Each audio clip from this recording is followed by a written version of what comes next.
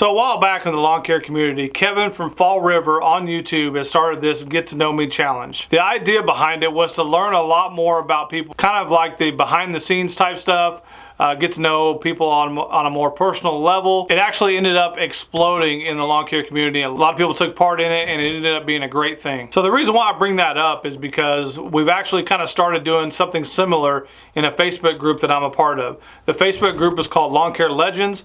I am a moderator in that group along with 10 or 12 other guys. It's a really awesome group. Everybody in the group is from around the world. And when I say around the world, I mean around the world. We got guys from Canada, the UK, Australia, the US, obviously. So if you are looking for a group on Facebook that's all about positivity, a no-nonsense type of group, a group that is actually there to help everybody out, check out Lawn Care Legends on Facebook.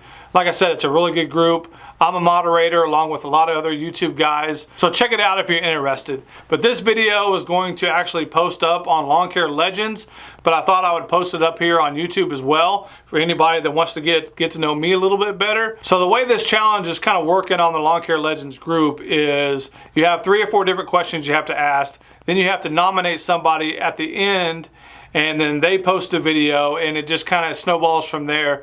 And the whole purpose of this is get to know everybody a little bit better, to get people kind of out of their shell, to have fun with it, and to kind of get to know people on a personal level. Martin nominated me. His channel on YouTube is Motown. If you guys don't know who Martin is, seriously, you need to go check him out. He's the best editor in the lawn care game, period. Very good content. He's from Australia. They do things a little bit differently, but they also do a lot of things similar to us. He runs a walker. He runs a big Ferris. He's got a lot of good tips, and he's been doing this for a number of years, so he knows what he's talking about.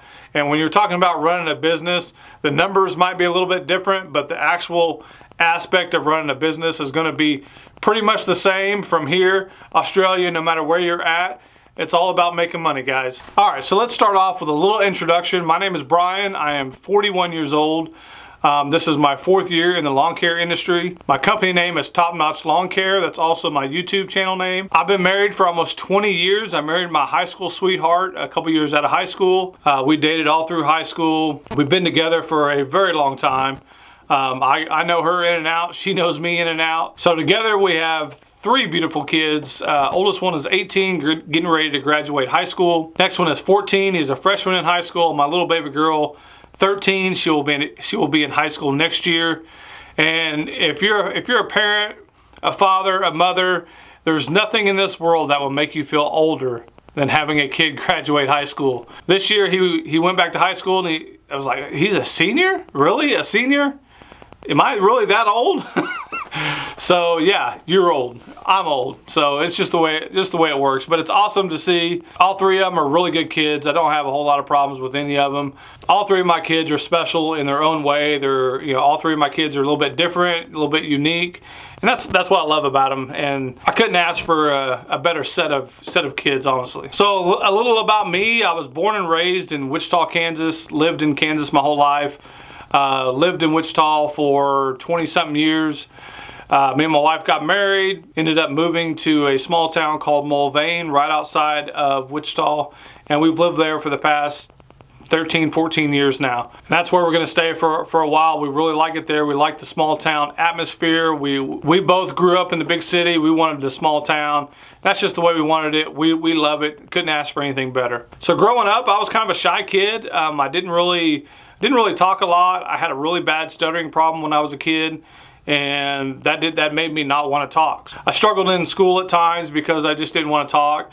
I remember being in classrooms and teacher would ask you a question and I would just say, I don't know. Even though I did know the answer, I would just say, I don't know, because I just didn't want to talk, because I didn't want to stutter in front of my friends and, the people in the class. So, that's just one of the struggles. I did speech therapy for a few years and came out of it. So I've always been kind of shy. YouTube has actually helped me kind of break out of my shell a little bit, but even talking to the camera, I still get a little bit nervous. Doing things like this makes me a little bit nervous because it's kind of out of my comfort zone. I'm more of a, let's vlog, let's talk about my day. It's not very hard to kind of think of what to say when you're kind of talking about what's behind you and talking about this and that. But when I'm sitting in front of a camera like this and you're actually trying to come up with your own thoughts of what to say and how to express how you feel, it's hard. But that's one of the reasons why we're doing this, is to kind of break people out of their shell and kind of try new things. So the first question I have to answer is, how did I get into lawn care and why did I get into lawn care? So I'll start with, why did I get into lawn care? Long story short is, I've always had I got a pretty good full-time job. I still work that full-time job today. I've always kind of had a second job doing working for a company, doing lawn care throughout the summer, just kind of part-time, helping out. Been doing that since I was about 14, 15 years old. So 4 years ago, I decided to forego the part-time job, making $12 an hour, 25, 30 hours a week at most. And it was good extra money, but I kind of had the idea of, why not just do this on my own? So I did. So I started my company, bought some mowers, got a few accounts. That's kind of how I got started. So the why I started lawn care, it's a few different parts. The first part obviously is money. I wanted to make more money. I wanted to be able to provide more money for my family, things like that. You know, to me, that's the obvious. You know, people just don't start a business because they don't want to make money. Money is obviously one of the big components of starting a business. You want to make money, you want to earn money. Whatever the case may be, you want money, right? But there's also a few underlying factors as well. And I think this goes for everybody else. Everybody else has different motivations, whatever, but I think a lot of it's the same.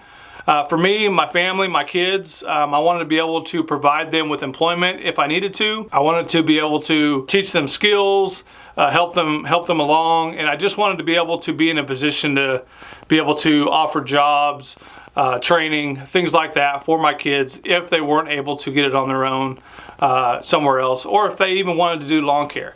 I'm not one of the people that I'm going to make my kids do lawn care. Lawn care is not for everybody. Not everybody likes being outside like I do. Not everybody likes getting dirty like I do. So that was just another factor in the equation as well. Another factor is, I wanted something I could be proud of, something I can say I did on my own, something that I built, something to hang my hat on. And you know, when you have another job and you work a 9 to 5, whatever, you work that job and then you come home and that's it. That's all there is. This is hard for me to explain, but I think most people will understand kind of where I'm coming from. I wanted something I could build, look back on 5 years, 10 years, 20 years down the road and say, you know what? I'm proud of myself. I did that.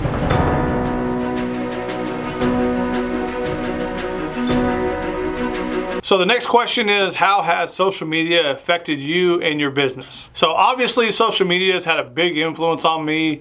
Social media has, especially YouTube, has kind of, like I said before, has got me out of my shell. You know, I'm a more confident person now because of YouTube, because, you know, when you put yourself out there as much as I do, as much as everybody else does that makes videos, you start kind of getting, once you put yourself out there enough, you know, and you see all the bad comments come in, you see all the good comments come in, all of a sudden the bad comments just start rolling off your shoulder. They don't mean a whole lot.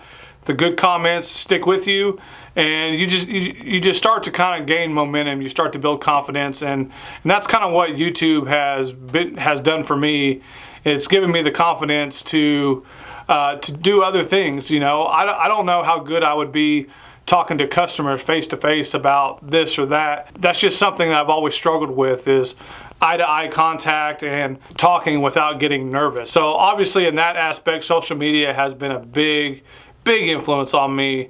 And it's mostly because of the people that watch, the feedback that I get, and being able to have that interaction with everybody else. And another thing that social media has done for me, it's helped me grow my business. I've learned so much from YouTube and other forms of social media, Facebook and Instagram. Those are the three main ones that I participate in. I've learned so much interacting with people that have been in this industry for a long time, and get all the feedback in. You know, if you have a question, a problem, whatever the case may be, you know, it's good to have that feedback, because you kind of correct any mistakes that you're making. Or, you know, a lot of times you post stuff on YouTube and somebody will say, well, why didn't you do this? This might be a little bit better way of doing things. And then you stop and thinking, you're like, you know what, they're right. You know, next time I'm going to do that. And I've done that a number of times. I mean, I can't remember how many times I've done it. I've done it so many times to where I've actually taken a suggestion, put it into real life situations, and it actually works. I honestly think in the future, 5-10 years from now, who knows what social media is going to be like. I think it's going to be probably totally different than it is right now, but I don't know how. If I did know how, I'd probably be a rich man. But obviously, I think social media is just it's gonna completely keep evolving, and it's gonna keep changing for the better. And I think social media will end up being the #1 way that people actually advertise and people actually get their name out there business-wise, other social media platforms, and all that kind of stuff. I really think that social media will end up being the #1 source for getting new customers, 5-10 years down the road. Who knows what or how, but I do think it's going to keep evolving. The sooner that you get on social media, the sooner that you actually get your presence on there and actually start getting a following, I think the better off you're going to be. I think everybody that's already on social media and everybody that's already kind of got something started is a little step ahead of everybody else when it comes to the future. I truly believe that. Like I said, I don't know how it's going to work. I don't know anything like that.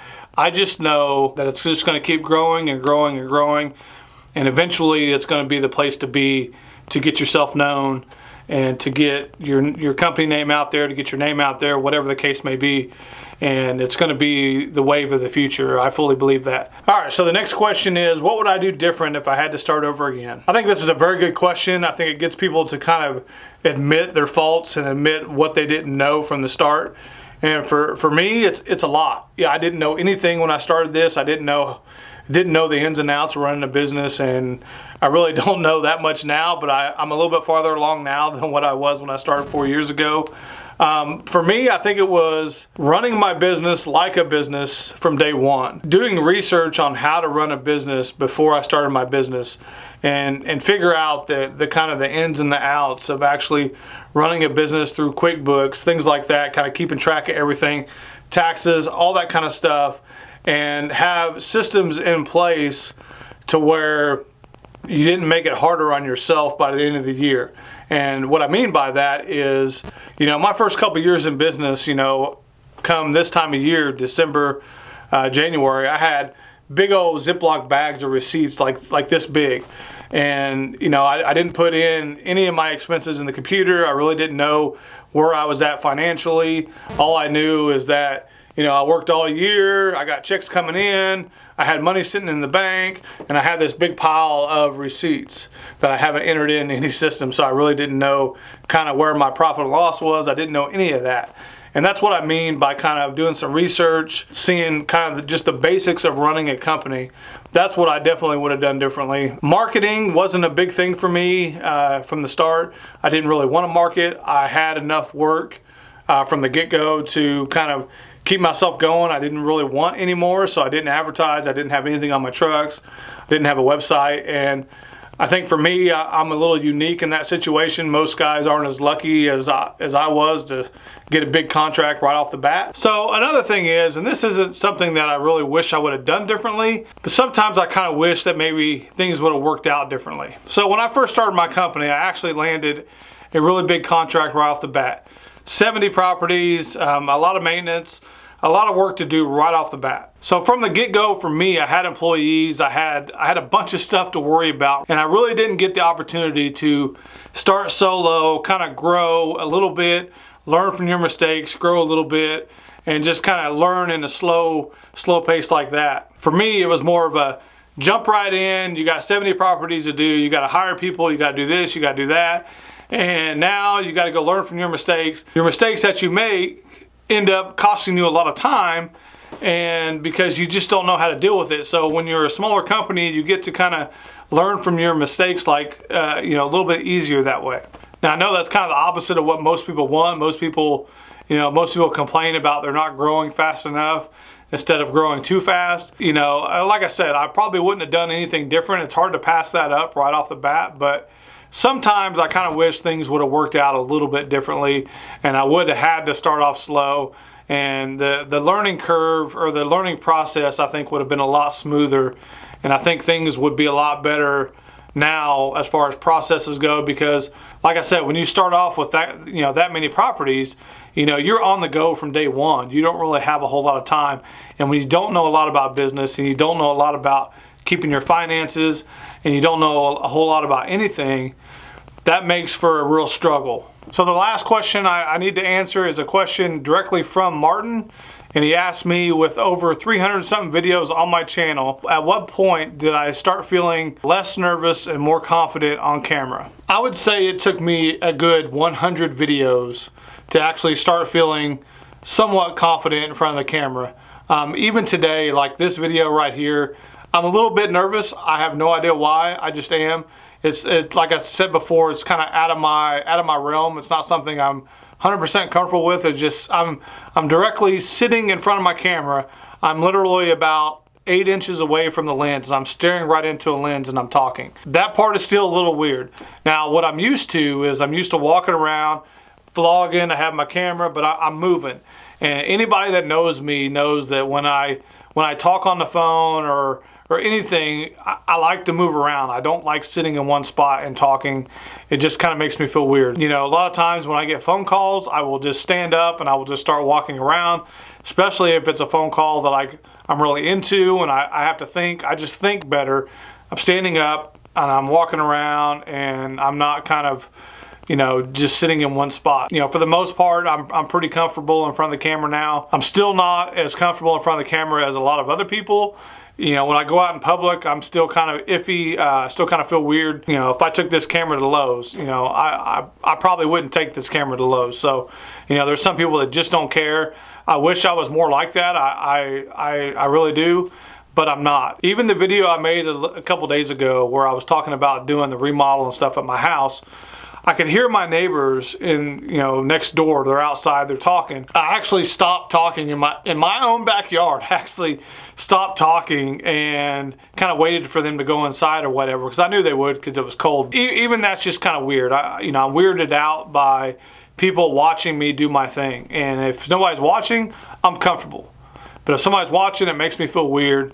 And that's something that I'm actually trying to work on. I'm trying to kind of go out in public a little more. And here, I'm in Kansas, so you just don't see it that much. But if I went to California, New York, or anywhere else, you'd probably see guys walking around with cameras all day long. Like I said, that's just something I'm trying to work on. Martin, as you know, making videos, the more you do it, the more practice you get, the easier it becomes. I'm still not the talker I want to be on camera. There's a lot of guys that talk better than me on camera. I have to kind of piece my things in because I stutter a lot. Not really stutter, but I kind of pause. A lot of times when I'm talking, I know what I want to say up here, and but I just get going so fast, I lose my train of thought, and that's why there's a lot of ums and there's a lot of whatever, because you're trying to think of what you wanted to say. Like if it could come out of my head the way I want it to and the way I think it should, I would be the best talker in the world. I really would, because in my head it all sounds really good, but when it comes out, sometimes it just doesn't. I know that's a little bit more the answer that you wanted, but like I said, the more you do it, the more practice you do it, the better off you'll be. I think that goes with anything in this world. One of the things I try not to do too much on camera is keep rambling on like I've done in this video. I'm not really sure how long this video is going to be, but it's going to be pretty long, but that's okay. These videos are supposed to kind of get you out of your realm. It's supposed to kind of be a little bit longer, and it's supposed to kind of be fun. So that's what I'm doing. I'm having fun. So I'd like to thank Martin for nominating me. I'd like to thank Kevin for starting something like this, for the idea. Appreciate that, buddy. And now I need to nominate somebody. So the person I want to nominate is a guy that I met 2 years ago at the GIE. He actually drives from Canada all the way down to the GIE the last couple years. I had the privilege of talking with him a couple years ago. We talked for a while, I think like 30-40 minutes.